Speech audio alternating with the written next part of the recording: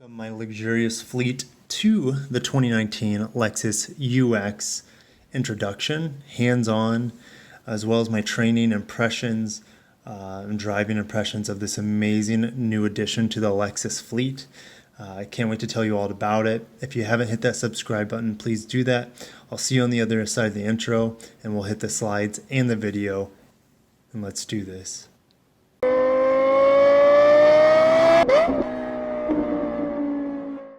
Here I am flying in Chicago. Didn't know it was such a beautiful city. Never been in it before. Here's our registration sign. There's plenty of them leading us to the right place. And I was first greeted with this beautiful F Sport version. Here we have the registration table where I got this nice little lanyard. Go ahead and pause that if you want to read that. All the UX strengths. Here's my first shot of the interior as we were waiting for lunch to be served. Huge banners all over this training area. It's really cool to see these banners. This is huge, guys. Take a look at this. Pause it if you need to. Then this is going to be the strengths and weaknesses versus every single competitor that was there. The BMW, the Mercedes, and the Volvo. So the UX is the complete package. The only thing I would say it lacks in compared to the competitors would be its overall size, but that's what it's meant for. It's meant for city dwelling. Beautiful F Sport there. Non-F Sport looks almost as good, which is amazing. Hallelujah. And then you have a hybrid there. Hybrid F Sport, by the way, looks really, really sharp. You see in the back, the stylized bumper at the bottom has plenty dark chrome accents, and then the non-F Sport has no chrome accents down there. Here we have the Nori green on the left. It's a new color. It's beautiful. Super cool. So you can see a better shot with that green. It's like a dark, dark green with a sparkle. It's beautiful. And this guy looks menacing. Absolutely menacing. It's beautiful.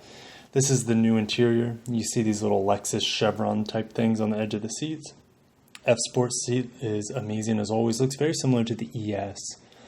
This is the washi texture. It's a Japanese texture that separates interior from exterior in people's houses.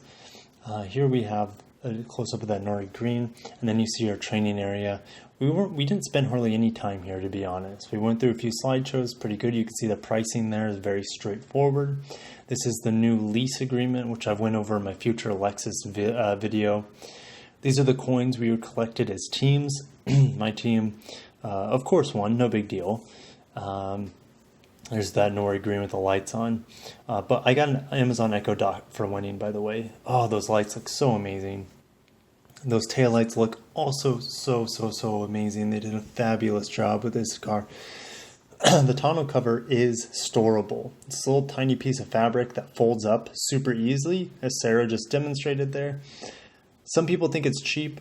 I think it's fine. It's very easy to get that tonneau cover out of the way because, gosh, I don't know how many times I've had a tonneau cover not be easily removable. We have 2 USBs in the back. Hallelujah. We have 2 in the front.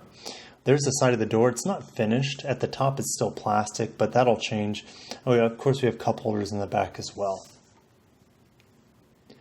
Map pocket on the passenger seat only, which is fine. Okay, here's the interior. Pause if you need to. You can look at the interior. It's very similar to the ES. There's a McLaren out there at the racetrack as well as many other vehicles. Cool little Lotus. You don't see too many Lotus around. And then you'll see up here in a little bit we have a GSF and RCF. Super cool. Here's the interior color. To me, that looks like flaxen. Looks pretty sharp in the UX. Just an idea of the materials on the inside. Again, the center cluster. This is a non-navigation model, by the way. There's your F Sport red, and man, that is red. It is bright, bright red. Here's our little urban jungle course, which we'll show you a video in a little bit. And then here's the turning radius and the turning circle of all the vehicles involved. Again, the F Sport, again, looking super good. That steering wheel. Those F Sport pedals. Again, this is pre-production model. It still looks pretty good. There's that F Sport gauge, which I also have a video at the very end showing the F Sport gauge moving around, and it does move around. Just like it does in the RC and the IS, for example. Again, these are climate control. Looks really good. Again, this is pre-production. Expect it to be a little bit sharper in the production version. There's a McLaren again. I just couldn't get enough of it. Check out the back of this car. I think it looks even better than the front. How sick is that? It's amazing. It's amazing.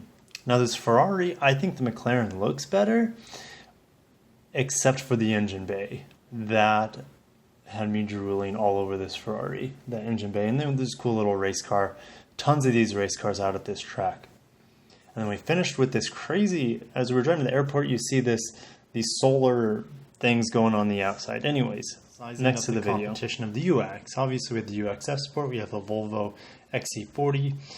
We have another, obviously UX, non-F Sport, Mercedes GLA 250, another UX, and then we have the BMW X1. And then, of course, a white F Sport. Let's get into the next portion, which is going to be our little city urban jungle course that we took.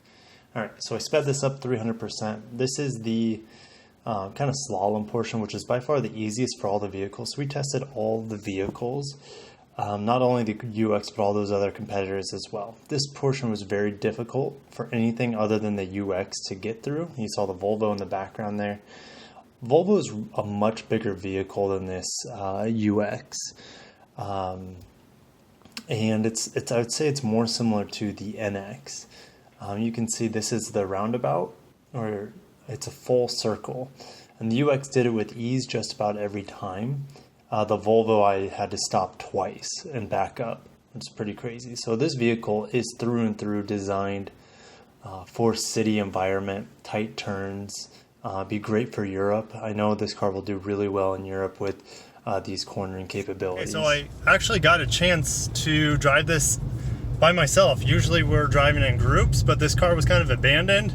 So I get to give you guys my live hands-on impressions. I just got out in F Sport. With a heads-up display. It was pretty much top of the line. This one, it's your normal UX. It does have heated and ventilated seats in it though, so it's not a base model by any means. The transmission in this car is I think it's called like a direct shift CVT. It has a first gear. It has a real first gear, and the rest are simulated. But when I was in that F Sport, downshifting with the paddles, it was actually more responsive than some. What is that lady doing? What's that lady doing in that Jeep? This CVT is more responsive in shifting its fake gears. It has 10 gears. It has a real first gear and the 9 simulated gears from the direct shift CVT. But it shifts quicker than many normal automatic transmissions, which is very bizarre. I'm just gonna punch the throttle for you guys. 3, 2, 1, go.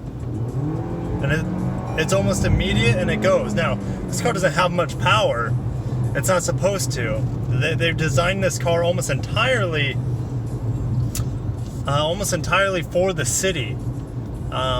We just got off the road course with a bunch of cones and U-turns and slaloms, and this car slayed everyone.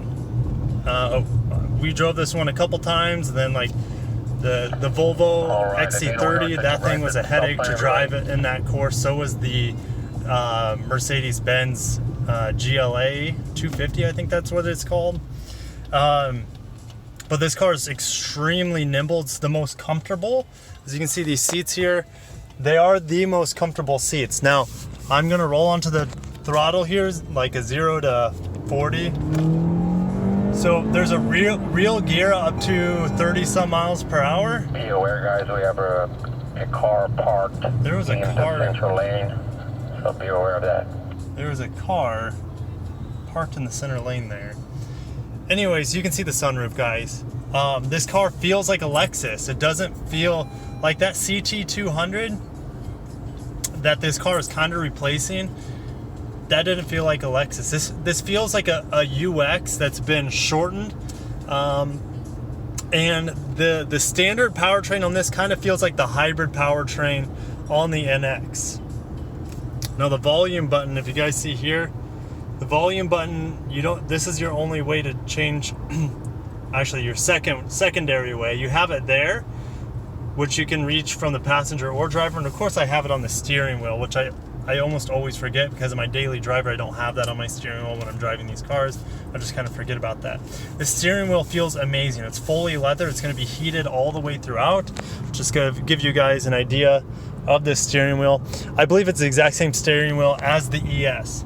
The heads-up display, this particular car doesn't have it, but I'll show a picture of it.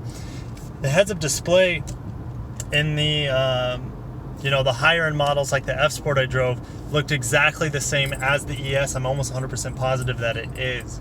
Some exciting things about this car: it has Apple CarPlay, Amazon Alexa standard. The sound system in that F Sport what we just were in, which has probably a superior sound system, this sounded really, really good. The bass on it was actually better than I was expecting. Here's a fun little fact. My compass is back. My compass is back on the rearview mirror. But I love this car. The visibility. So here's a fun little fact as well. The mirrors are really far out, and they look like LC mirrors, by the way. And we are turning right. But they're able to make this glass as well, so you have better visibility in the city. So, who's this car for? They said it's targeted for 25 to 40-year-olds, either single, married, 1 to 2 children at the most, but usually no children, because there really isn't that much space back there for car seats, to be honest. So, and it's designed to attract a new market or a new group of buyers, potential buyers, to the Lexus brand.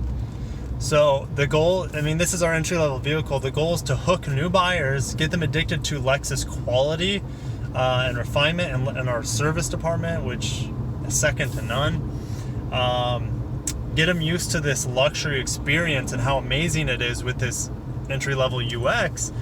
And then they can move up to the NX, the RX, the GX, the LX, etc. So, and I just stomp that throttle, guys, and it takes off. There's not a lot of power, but it's so responsive, and the car is light, so it just goes. It feels so much like, I'll just compare it to my wife's Toyota Matrix, which is a similar sized vehicle to this in every sense of the word. That car, when you floor it, there's a delay for it to shift it, or to downshift and then go. And this CVT, it's snappy, it's immediate, it's very, very impressive. It feels very smooth, almost like, let's say, like my 2019 ES review. So this car, if you just want to look at it here, here's all your climate controls, very reminiscent of the LC, for example. Right, not quite as luxurious, but yeah, that's my initial impressions on the car. It's an amazing city dweller, amazing gas mileage, amazing Lexus materials and craftsmanship. And I'll see you guys on the other side. What we need as a track where you represent what we call the urban jungle.